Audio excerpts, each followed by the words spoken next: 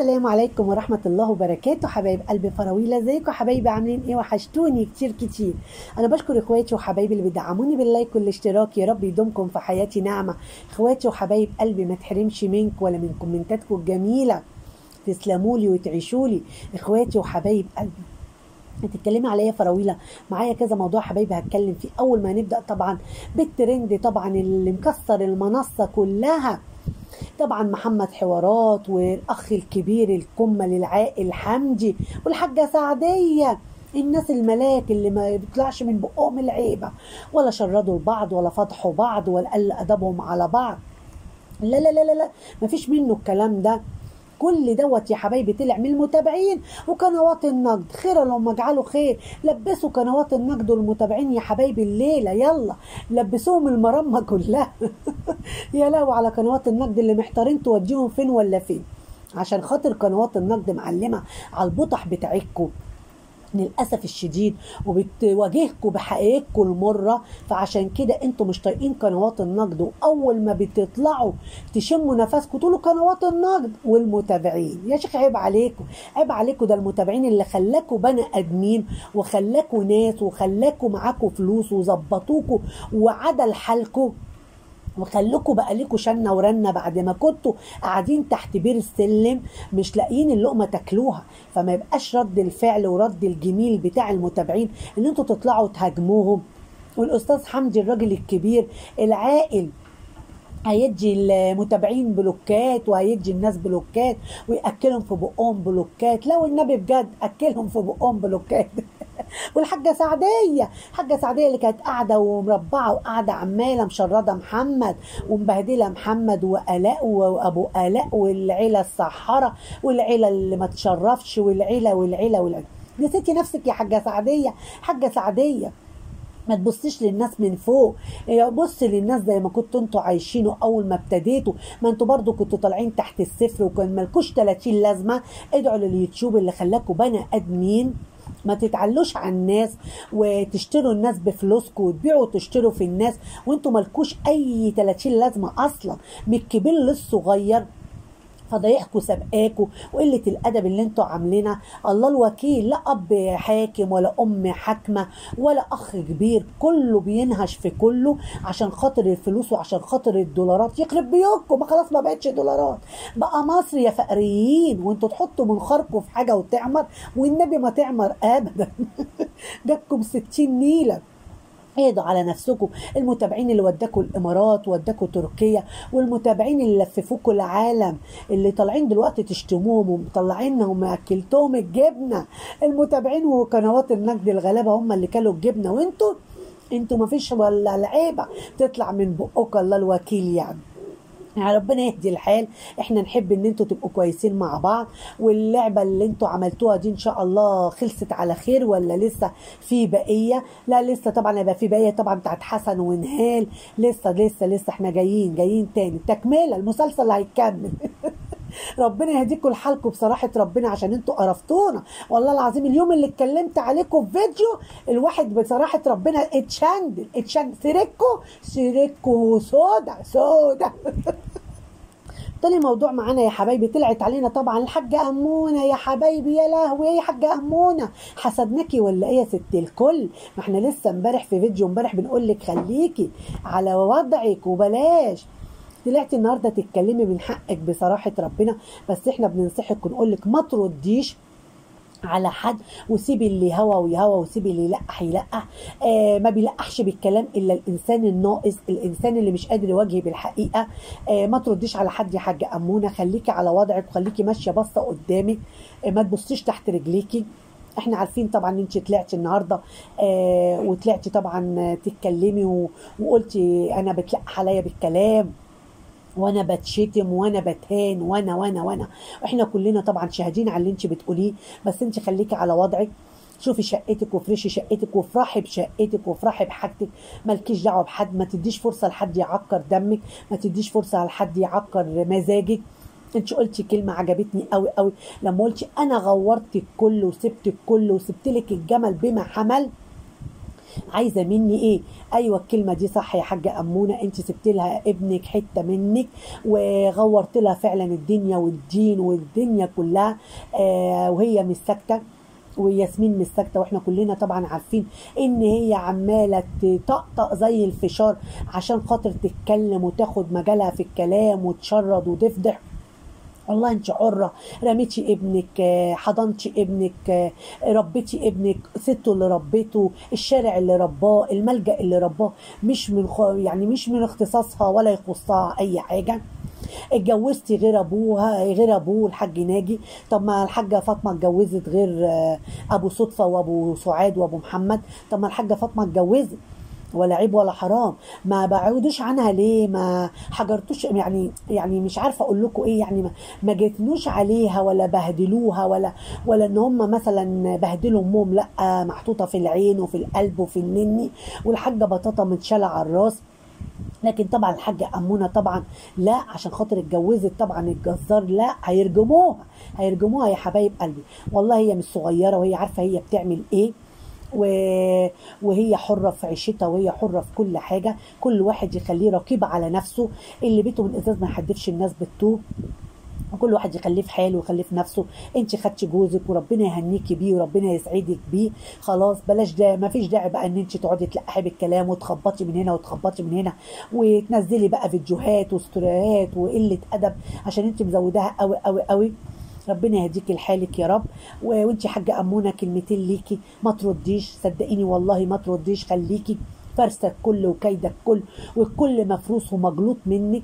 خليكي على وضعك يا حاجه امونه، ما تنزليش مستواك لمستوى اي حد، عشان كل اللي حواليكي مستواهم تحت الصفر، وانت اللي علتيهم وانت اللي كبرتيهم وانت اللي عملت لهم كيان وعملت لهم سعر، وهم من غيرك ولا يسووا.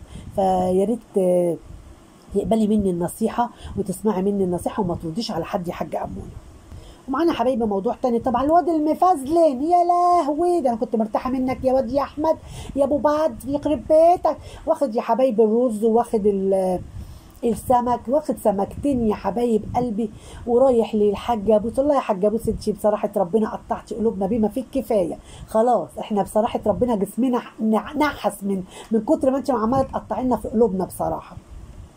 طبعا قاعد يا حبايبي راح مفرق السمكه، واحده صغيره للحاجه بوسي وواحده كبيره ليه هو وابنه بد، وعمال طبعا يتكلم ان كان عند عاطف من غير ما يقول ابويا ولا الحاج عاطف ولا اي حاجه. قال كلمه عاطف دي ولا 3 4 مرات. مفيش احترام حتى في الالقاب، مفيش احترام حتى للاب ولا للام. بصراحة ربنا الواحد بصراحة يعني مش عارف العيال دي ايه ملتهم ولا ايه، انا مش عارفة، ما علينا. فهي يعني من السمع عمالة تقول له رحت لمين يقول لها العاطف، رحت لعاطف. جد الود ده حتى يعني مش قادر يقول مثلا ابويا او الحاج عاطف او ابويا، اقل حاجة مثلا. ما هو مخليك بغل كبيره اهو، واخد سمكتين مقروص في ايدك، واخد لكل واحد سمكه. طب ما تزود في السمك، يمكن الحاجه عايزه تاكل واحده حاف، ايدك مقروصه قوي كده يعني، ده بفلوسها وخيرها. يخرب بيت بخلك يا لهوي عليك. الواد يا عيني عمال ياكل في الرز والسلطه، وقاعد عمال هو طبعا يطقطق زي اخته البت برق بالظبط. ما تاكلش الا لما تطقطق، معفنين في اكلهم يا حبايبي، سدوا النفس، الله الوكيل يعني. وطبعا قاعد، والحاجه طبعا كلت بما فيه الكفايه، وربنا يديك الصحه والعافيه. وطبعا راح صابب لها يا حبايبي طبعا المرنده شربت، طرت على قلبها. الف هنا وشفا عليكي يا حاجه بوسي، الف هنا وشفا عليكي، قلبي معاكي. والله العظيم قطعت قلبي يا حبايبي لما كانت في الزلزال وقاعده لوحدها في البلكونه، والجار عمال يواسيها، والجار عمال يقول لها ما تخافيش يا حاجه، ما تخافيش يا حاجه، ومعاها ال4 عجول. حتى ما حد قال امي فين ولا اروح اشوف امي عايشه ولا لا قدر الله حصل لها حاجه. الا اخر قله ادب واخر سفاله. يعني الواحد مش عارف بصراحه، دي خلفه عار بصراحه. الواحد بيشوف يعني بصراحه ربنا عقوق يعني الواحد مش عارف المنصة كلها اتملت قلة أدب وسفالة، مليها أول من آخر. ربنا يطلعنا منها على خير، اللهم امين يا رب العالمين. ايه ده واد يا ابو فزلين شويه، مش كل حاجه تصور. المشاهدات يا ماما، ماما قولي لهم يا ماما يا حبايبي علوا المشاهدات عشان القناه تصغر بيك. ولا القناه تصغر بنيتك انت، عشان انت نيتك سو، مش القناه تصغر بالمشاهدات ولا حاجه. القناه هتصغر بيك، والقناه ان شاء الله مش هتلاقيها عشان خاطر نيتك السو والتجاره بامك الست الغلبانه، الست الطيبه، الست اللي رامينها طول الليل وطول النهار، ما فيش الا النص ساعه اللي بتفتحوا بس فيديوهات عشان خاطر تلموا مشاهدات على حس الست. والله العظيم الواحد بصراحه اتكسف لكم واتكسف لملككم. انا مش عارفه انتوا ايه يعني ملككم بصراحه، الله الوكيل يعني. الله يعينكم على حالكم ويعينكم على اللي انتوا فيه، جاتكم القرف مليتوا البلد.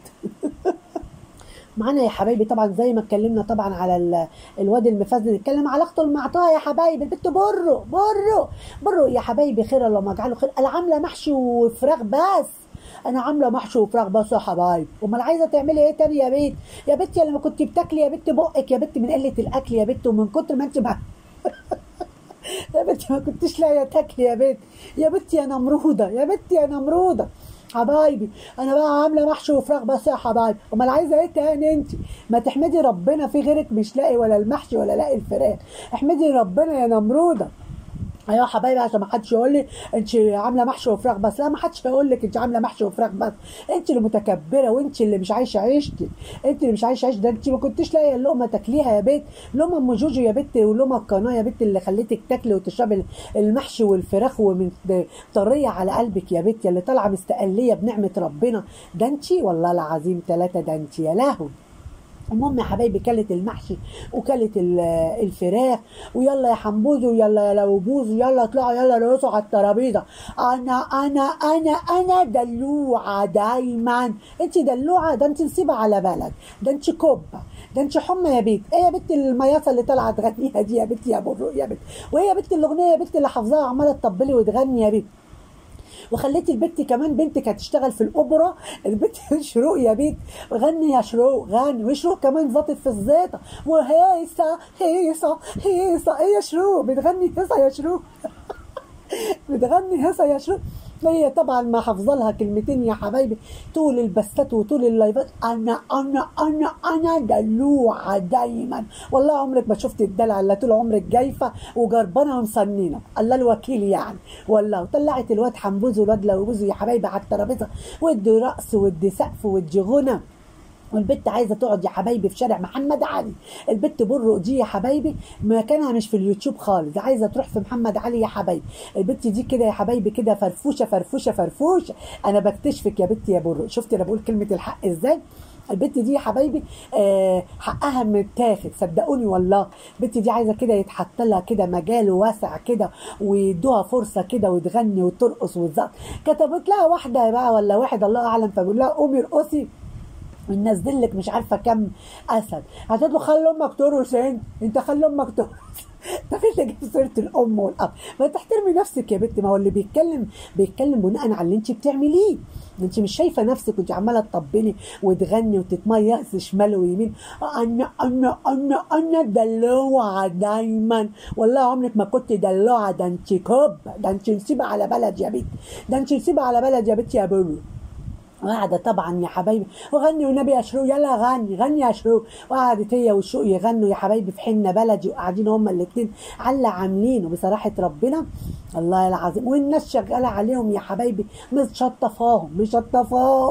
انا عارفه انتوا جايين منين، انا عارفاكم يا بتوع الجبل المخفيه، انا عارفاكم انتوا جايين منين. انتوا عايزين مني ايه؟ عايزين مني ايه؟ عايزين منك طبق رز وطبق كبابه. هنعوز منك ايه يعني؟ طبق مكرونه. عايزين طبق مكرونه، وحشتنا المكرونه بتاعتك يا بنت. انت يا بنت يا برق وحشتنا قوي المكرونه بتاعتك، والكبابه وحشتنا والرز وحشنا قوي قوي قوي. يخرب بيت قرفك، جاتك القرف. ايه ده يا بت على نفسك شويه يا بت، واتكني كده في حته كده، اتكني اقعدي لك في حته ناشفه زي المستشفى عشان مليتي البلد، جاتك القرف. حبايب قلبي لو عجبكم الفيديو لايك واشتراك، والسلام عليكم ورحمه الله وبركاته.